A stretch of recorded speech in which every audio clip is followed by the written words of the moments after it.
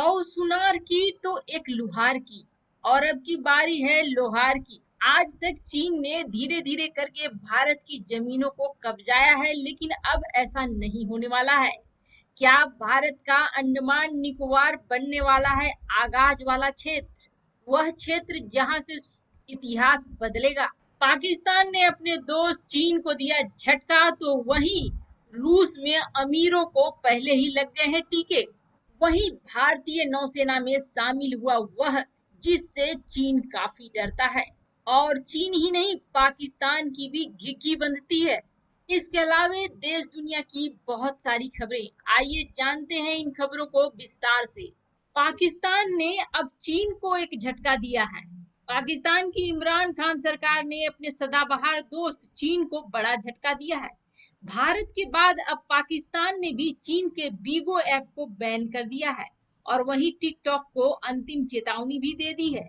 पाकिस्तान ने अनैतिक सामग्री दिखाने पर यह बैन लगाया है। इससे पहले पाकिस्तान ने गेमिंग ऐप पबजी पर भी बैन लगा दिया था। पिछले हफ्ते ही एक याचिका दायर करके टिकटॉक पर तत्काल बैन लगाने की मांग की गई थी। यह कहा गया था कि यह ऐप आधुनिक समय में बहुत बड़ी बुराई है। उन्होंने कहा था कि टिकटॉक सोशल मीडिया पर प्रसिद्धि और रेटिंग के लालच में गंदी चीजों को बढ़ावा देने का बड़ा स्रोत बन गया है। पाकिस्तान सरकार की ओर से जारी शिकायत में कहा गया है कि टिकटॉक और बीगो के बारे में समाज के विभिन्न तबकों से शिकायत मिली थी। दोनों ही ऐप की ओर से आया जवाब संतोषजनक नहीं है। इसके बाद सरकार ने बीगो को बैन कर दिया और टिकटॉक को अंतिम चेतावनी दी गई है। इससे पहले इमरान खान सरकार ने ऑनलाइन मल्टीप्लेयर गेम पबजी पर प्रतिबंध का ऐलान किया था। सरकार ने इस गेम को इस्लाम विरोधी बताते हुए कहा था कि इस गेम से युवाओं को लत लग जाएगी। जहां दुनिया में एक तरफ कोरोना की वैक्सीन के लिए जद्दोजहद चल रही है, अब तक कई देश परेशान हैं, लेकिन इस बीच रूस की तरफ से एक ऐसा दावा आया है जिसे सुनकर चौंक जाएंगे आप। रूस के अरबपतियों ने अप्रैल महीने में ही कोरोना का टीका लगवा लिया था। ब्लूमबर्ग की एक रिपोर्ट के मुताबिक रूस के अरबपतियों और राजनेताओं को कोरोना की प्रैक्टिकल वैक्सीन को अप्रैल में ही दे दिया गया था। इस पूरे मामले में ऐसा कहा जा रहा है कि जिन अमीरों को यह वैक्सीन दी गई थी, उनमें अल्मुनियम के विशाल कंपनी यूनाइटेड रसेल के शीर्ष अधिकारी, अरबपति और सरकारी अधिकारी शामिल है। इस वैक्सीन को मॉस्को के रूस की सरकारी कंपनी गमलेया इंस्टीट्यूट ने अप्रैल में तैयार किया था। गमलेई वैक्सीन को रूस की सेना और सरकारी रशियन डायरेक्ट इन्वेस्टमेंट फंड से वित्तीय मदद मिली थी। इस वैक्सीन का पिछले हफ्ते ही पहला ट्रायल पूरा हो गया है, और यह टेस्ट रूस की सेना के जवानों पर किया गया है। इंस्टीट्यूट ने वैसे तो अभी तक इसका रिजल्ट घोषित नहीं किया है, और इसमें 40 लोग शामिल थे। रूसी अधिकारियों के अनुसार राष्ट्रपति व्लादिमीर पुतिन को यह वैक्सीन दी गई है या नहीं दी गई है, इसका कंफर्मेशन नहीं है। वैसे ऐसा माना जा रहा है कि रूस सितंबर तक कोरोना के वैक्सीन अपने नागरिकों को दे देगा। ऐसी उम्मीद की जा रही है कि वैक्सीन रूस में 12 से 14 अगस्त के बीच सिविल सर्कुलेशन में आ जाएगी। वैसे तो चीन का रवैया अब किसी से छिपा नहीं है। हिंद महासागर में भी चीन भारत को घेरने की कोशिश कर रहा है और अपनी पैठ बनाने की कोशिश कर रहा है। एक तरफ अफगानिस्तान, दूसरी तरफ पाकिस्तान और ईरान और श्रीलंका, इन देशों की बंदरगाहों को मिलाकर भारत के खिलाफ एक स्ट्रिंग बनाने की कोशिश कर रहा है चीन। तो भारतीय नौसेना भी अब पीछे नहीं है।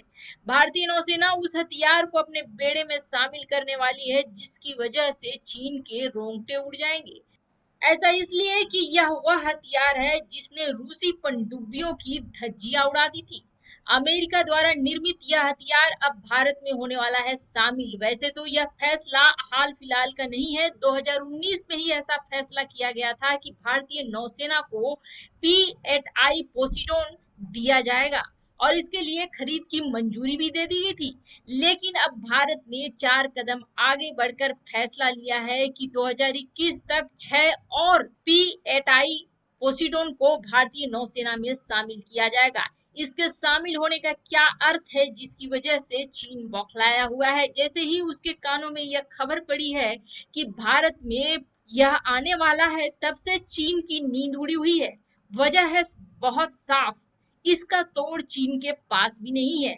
और साथ ही साथ भारत इससे सिर्फ हिंद महासागर क्षेत्र पर निगरानी नहीं कर सकता है, बल्कि पूरे के पूरे चीन और पाकिस्तान पर यह भारी पड़ेगा।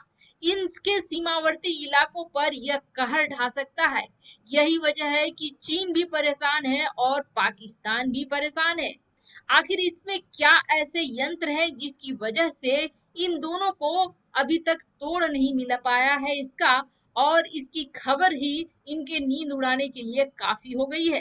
भारतीय सेना की तरफ से की जा रही है बड़ी तैयारी। जहां वायुसेना में राफेल और F-35 की बातें चल रही है, तो वहीं अब नौसेना में भी काफी बड़ी तैयारी चल रही है। भारतीय नौसेना अपने बेड़े में 4 और P-8I पोसिडोन विमान को जोड़ने की तैयारी कर रहा है।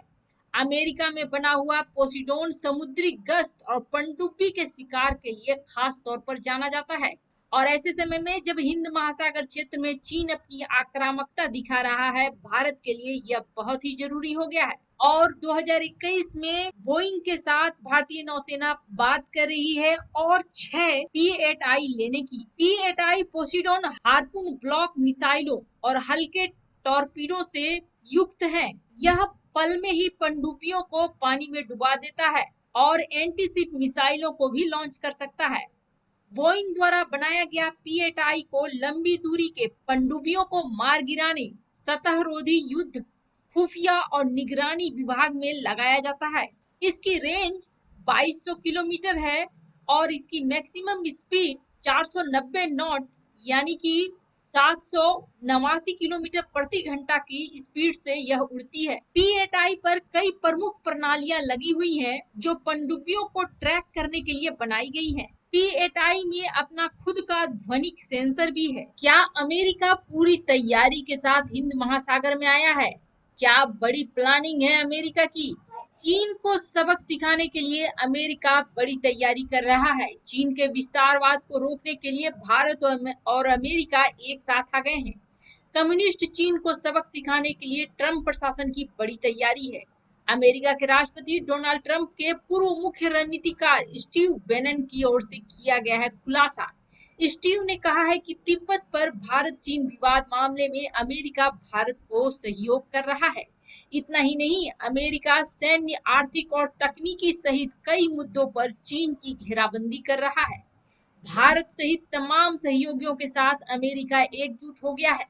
मलक्का में चीन को घेरने के लिए अमेरिका ने रणनीति बनाई है।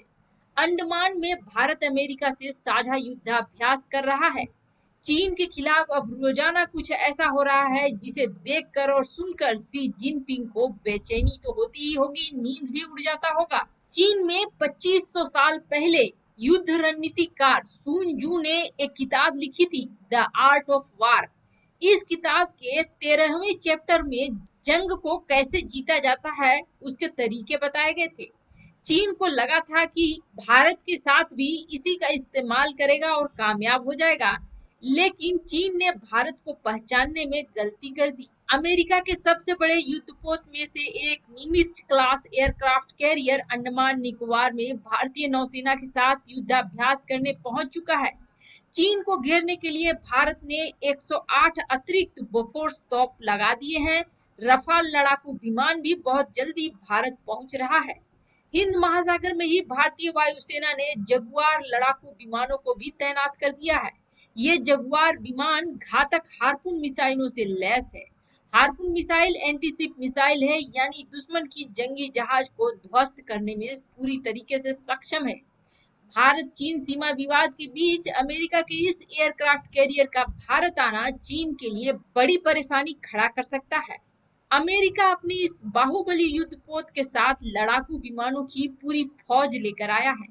यूएसएस निमित्ज क्लास 90 फाइटर जेट के साथ अंडमान में मौजूद है और इस युद्धपोत के साथ अमेरिका के 3000 नौसैनिक भी युद्धाभ्यास में शामिल होने के लिए आए हैं। 4 दिन पहले किया गया अमेरिकी रक्षा मंत्री के ट्वीट के मायने अब और गहराई से समझे जा सकते हैं। मार्क एस्पर ने लिखा था कि आजाद लोकतांत्रिक देशों की ताकत को, कमता को, हिंद महासागर में भारत और अमेरिका के लड़ाकू विमानों की जुगलबंदी और उनकी गर्जना को सुनकर बीजिंग को तो इस बात का एहसास हो ही गया है कि आने वाले समय में क्या होने वाला है। हो सकता है कि यही युद्ध क्षेत्र बन जाए।